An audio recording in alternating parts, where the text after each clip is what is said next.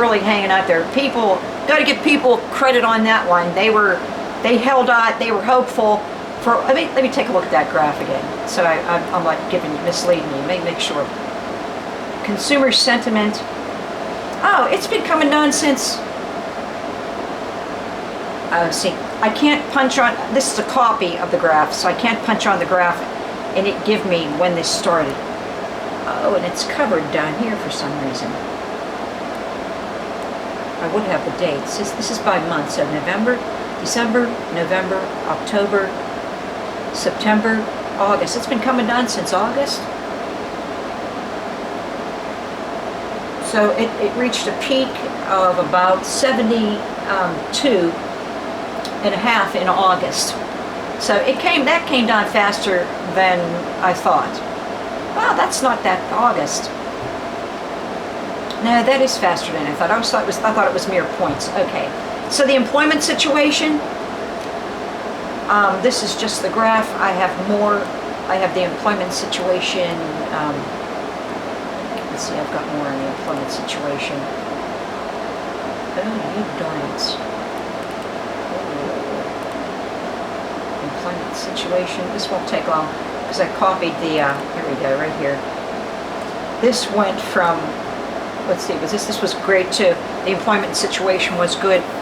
For instance, non-farm payrolls went from 150,000 to 199,000, and the one that was bad was manufacturing up as well or down? Manufacturing was good too. From minus 35,000 to 28,000. I'm not going to get stuck on that. You can look that up. That was released on 12/8 at 8:30 a.m. If you want to look some of that up more up yourself. I don't want to get stuck on that. And so back to the economic. Okay, employment, consumer credit went from 9 billion. This is for October now, folks. This went from 9 billion to 5.2 billion in October. Okay, now those other. I forgot to say, this was consumer credit was December's, China's CPI 0.5 was November's, and the employment situation was also November's. Okay, EIA natural gas report is from 10 BCFs to minus 117. So more gas was used. It was a lot colder in the east. It got a lot colder. It just got warm over the last half a week. This is a weekly thing. So this is for 12/1. So let's see. Let's close this one here. Wholesale inventories October. I think I did that one last week. When was this saved? Properties created. No, this is still. It should be in details. We did details so I could see when it was created. Oh, darn it. Productivity, wholesale inventories. Boy. Month over month, this was for October, but it wasn't reported till 12/7. Month over month, minus 0.4%. So they bought, and they'd been. It was actually still going up. Went from 0.2 to minus 0.4. So that was for October. I'm surprised to see that go down. So let's see what they blame this on. Tied to petroleum. Oh, petroleum, where inventories fell 6.8%. Much of that's petroleum. 1.0% from the 1.0% for non-durables. A draw of 1.0% for non-durables. Inventories of durables edged 0.1% higher in October. Okay, we're doing enough of that. I think I got enough through. I'm not sure I'm going to run through all of these economic factors this week. Personal income, productivity, and productivity and costs seem to be significant too. We went from non-farm productivity 4.7 this is the quarter. So 4.7 last quarter to 5.2 this quarter. And the unit labor costs down more, which supports the continued decrease in the producer price index. So it went from minus 0.8 to minus 1.2. And let's see, productivity, non-farm unit labor costs are in white. So unit labor costs were going up for a while. That was due to all those raises, I'm sure, when everybody was raising. But, you know, the raises are always behind. They always lag on raising. So that was from Q1 we experienced. There were high unit labor costs back in Q1. So that would have been raising producer price indexes. And that stayed above 0%. You know, it's always been above 0%, but it was still like around 8.75% in Q2, and then it went down to, this is 22. Then by Q4 22, it was down to just above 0% already by 22. So it's only the unit labor costs have come way down since they started doing all those raises. So, you know, they're just keeping up, and that's not everybody. You know, that's not the whole country keeping up either.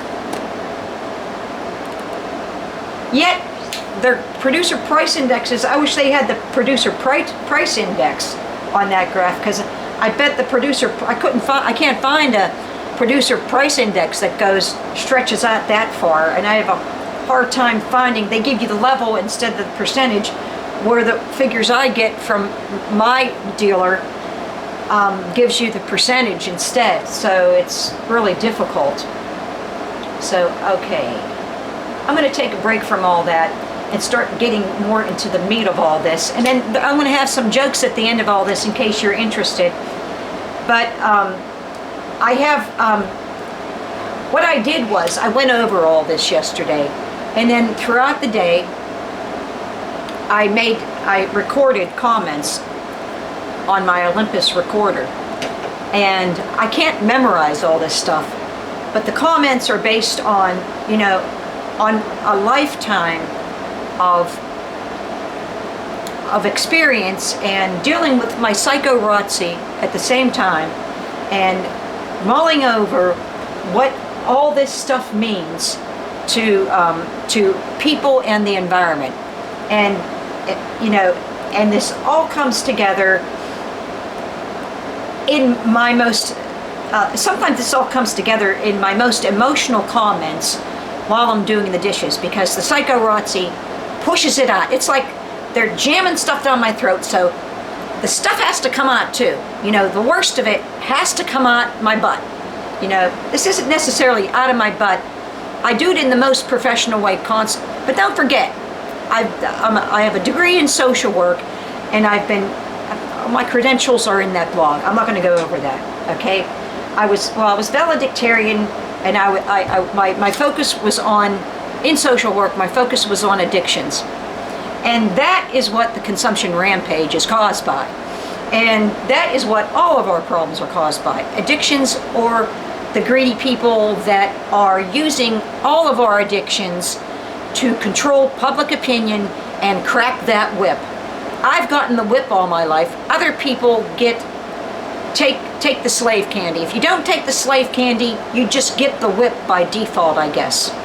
But there are poster children out there, of course. Of course there's people out there that refuse to take that slave candy. They let athletes be healthy, right? They're making millions and billions of dollars. But I just grew up in a privileged family and fought privilege all my life. So I get the whip if I don't take the slave candy.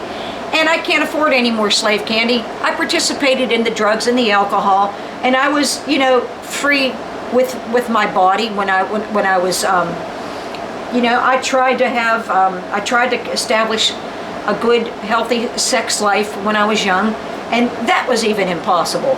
So I just, you know, I think most of the people in the neighborhood that had any sense of compassion realized that I was disabled, and they really weren't interested, you know.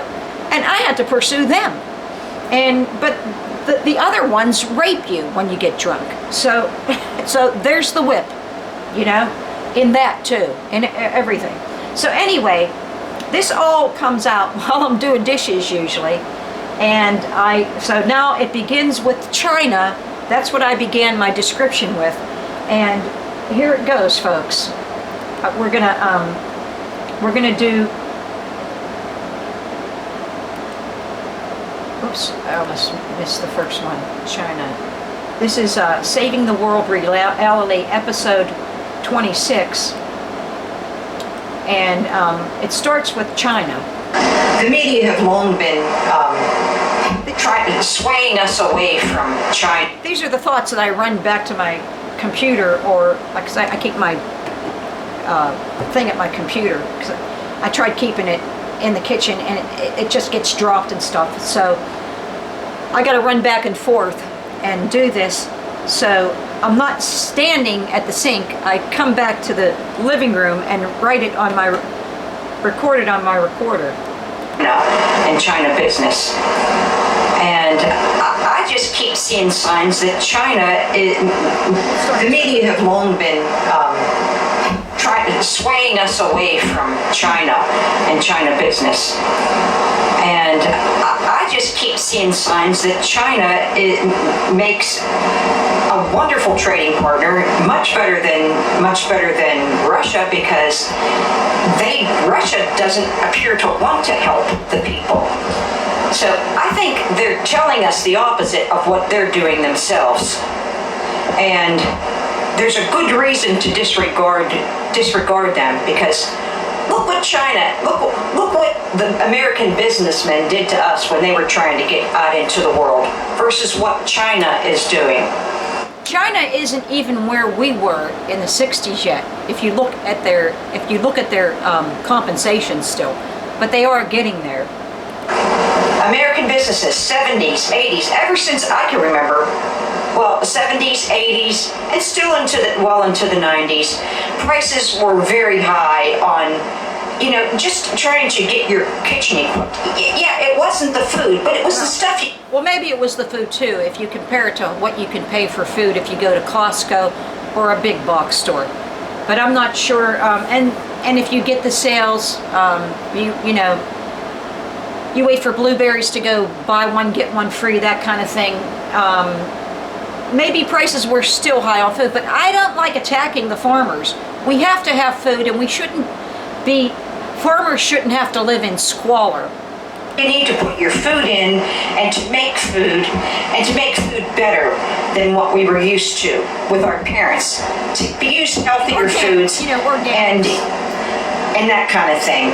And prices were still really high, And China, on the other hand, they're still trying to get out into the world right now, and they're lowering their prices. Their CPI is minus 0.5 year over year this month, for the month of November. So what is it then? The media are fighting for a smaller businessmen that have been traditionally going to China.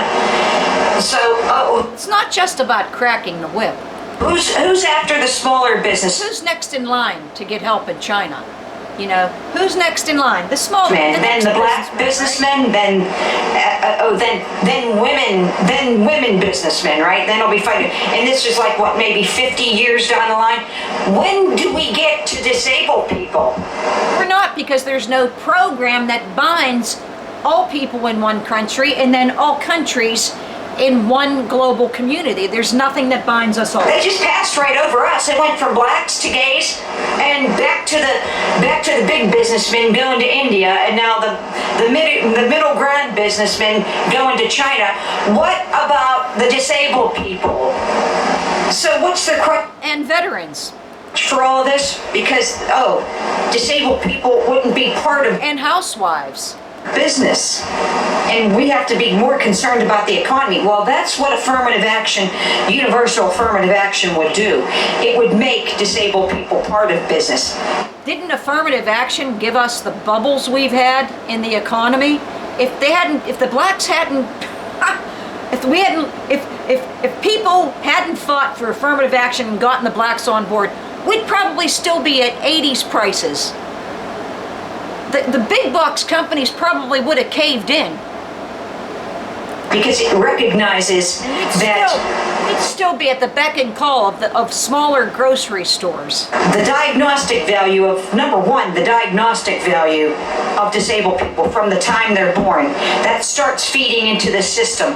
That's how you're able to sell drugs and take drugs off the market that are bad, that give you bad publicity. We're part of PR too. You can't sort your PR without disabled people, and the housewives that even have the time to sort through the truth of what the drugs that they're using are really doing for them, if they're that committed. They advertise. Why should they be if they're not getting paid? Things that people aren't going to tell the truth about even what drugs are doing when they're not getting paid for it. have to do with PR Not at the drop me. of a pin. Yet when it has to do with disabled people, we don't get any advertisement. Where does it talk about in the Wall Street Journal the significance and the diagnostic value of a contribution of disabled people and what that means to PR and how they sort out different drugs and what drugs are going to be used and what drugs aren't going to be used, what drugs are going to give you bad PR and what drugs aren't going to give you good PR. Where's that at? We're already part of business.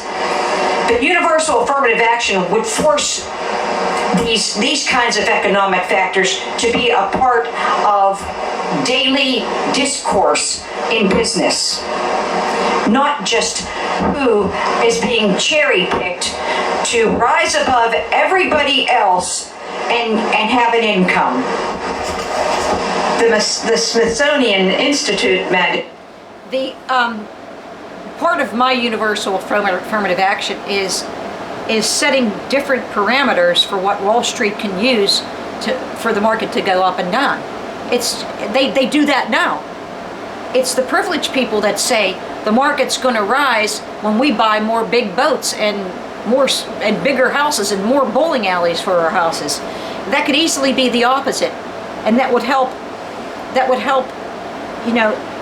make people a lot less angry, and it would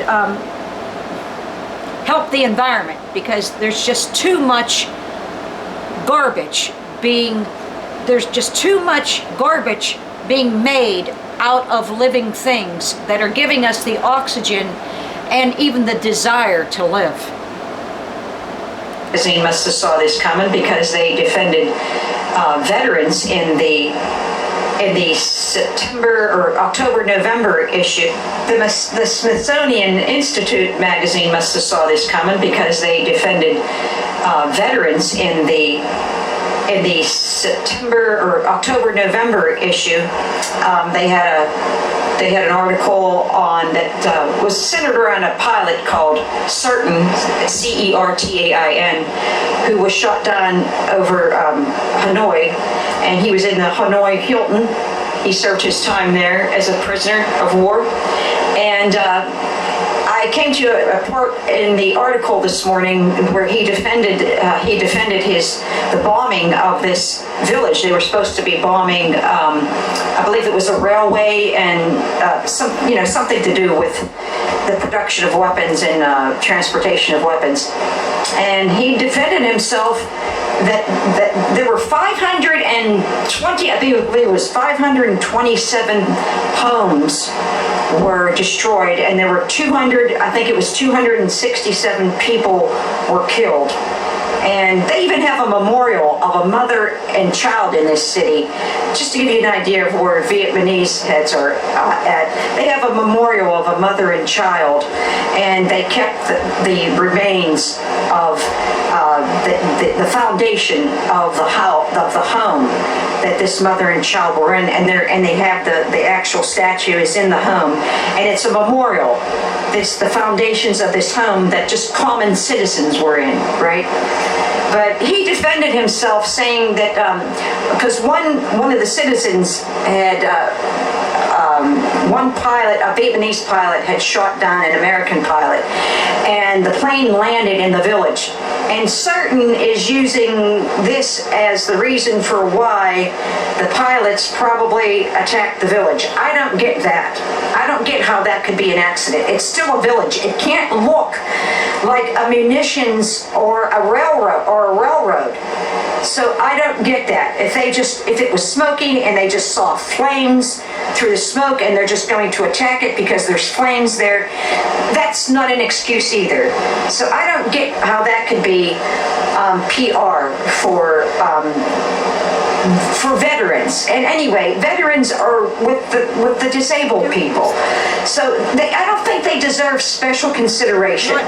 People that are, unless they, on the other hand, give people that are born disabled special consideration, because they don't do that now, to my knowledge. I still have never had a viable opportunity, and I'm 62 years old. Am I supposed to wait till I'm 80? It's always going to be somebody else's. 50 years from now, after they get through, businessmen's, middle ground businessmen's rights, small to medium businessmen's rights in China, and then black businessmen, and then women businessmen, and then the gays businessmen, and that's like 50 years down the road, maybe 100. They're not going to get to the disabled people after that either. They're going to skip over us again because of economics. Jokes. Just a word for the veterans out there, because that's not what you need to use for PR. He did go on in the article to say what he says to people that said, how could you stand yourself killing women and children that way? And he quotes something from Jesus, and I can't remember the quote. It was too long, and I didn't bring it down because it's too lengthy to use for all intents and purposes. But basically, cast the first stone, right? Can you really cast the first stone? Do you really have the wherewithal in your morality to cast the first stone? These guys are doing their job. Now, maybe some of them enjoy it, but it's like that everywhere in the world. There's people of all races and colors that are sadistic. And obviously, there's many of them amongst the privileged. Why doesn't that guy complain to his congressmen and the privileged people of why we're even sent into these kinds of wars to begin with, and why we the people are being pitted against we the people in other countries, especially we the unprivileged people, when this is where the love and affection lies, the love and the hard work lies, the true hard work, the people that don't hurt other people to get ahead in the world. Yet we're not allowed to combine with those people all over the planet. Yet all the privileged can do that. And they get to go into places like China first and leech everything out. I talk about this later. We'll move on. But he doesn't have to use that as his excuse, because it's more of a you cast the first stone thing. Some of them men do enjoy it, and maybe the leader of the group started the bombings on the village. Maybe the leader was the sadist, unfortunately. Flowers.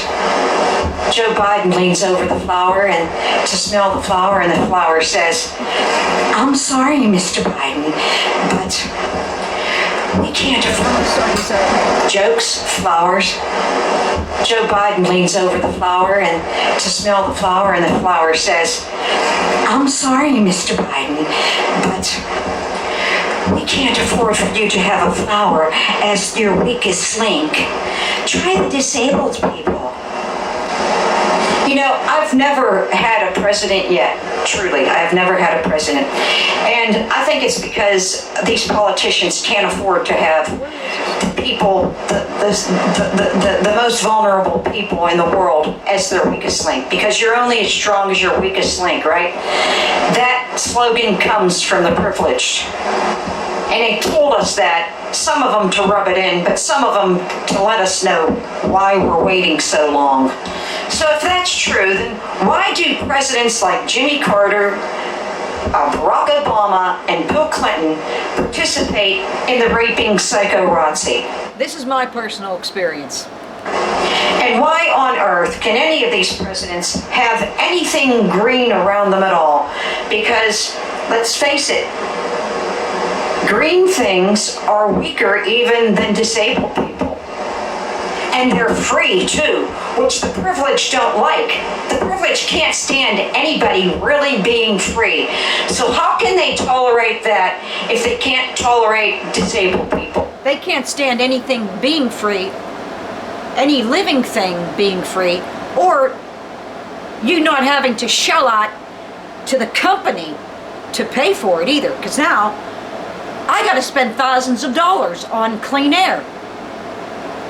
So, continue. So are they using we the people, we the American people, to destroy we the Chinese people? Because everything they're doing is working towards We, the Chinese unprivileged people. And even though a lot of those people might be on the extradition, for that extradition, being lighter on extradition as well, it's only out of necessity. If they really had a choice, would they choose crime? Would they really choose crime if they had a choice? Come on. setting China's system of really assuaging the violence that would be created when you have that many people. Just like it is getting worse here, the more people there are, the more managing there is to do, the worse the violence gets.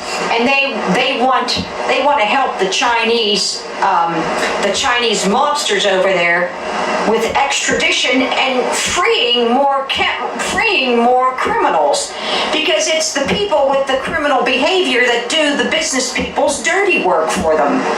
They'll do it without asking. All these big tech companies that get all my neighbors, if I say something against Jeff Bezos or some other billionaire, they're on my back in the psycho-Razzi. They don't even have to be paid for it. They're just total butt lickers. Rosemary's chemo, rubber, baby, buggy, boogie, bumper, bummer, butt buttering, buzz busting, baby bouncing, crack-a-baby Billy, bulldyke, psych, Borgs. Sued all the time for everything. Well, like Jeff Bezos doesn't know what every employee is going to do. But he doesn't have to worry about that, does he?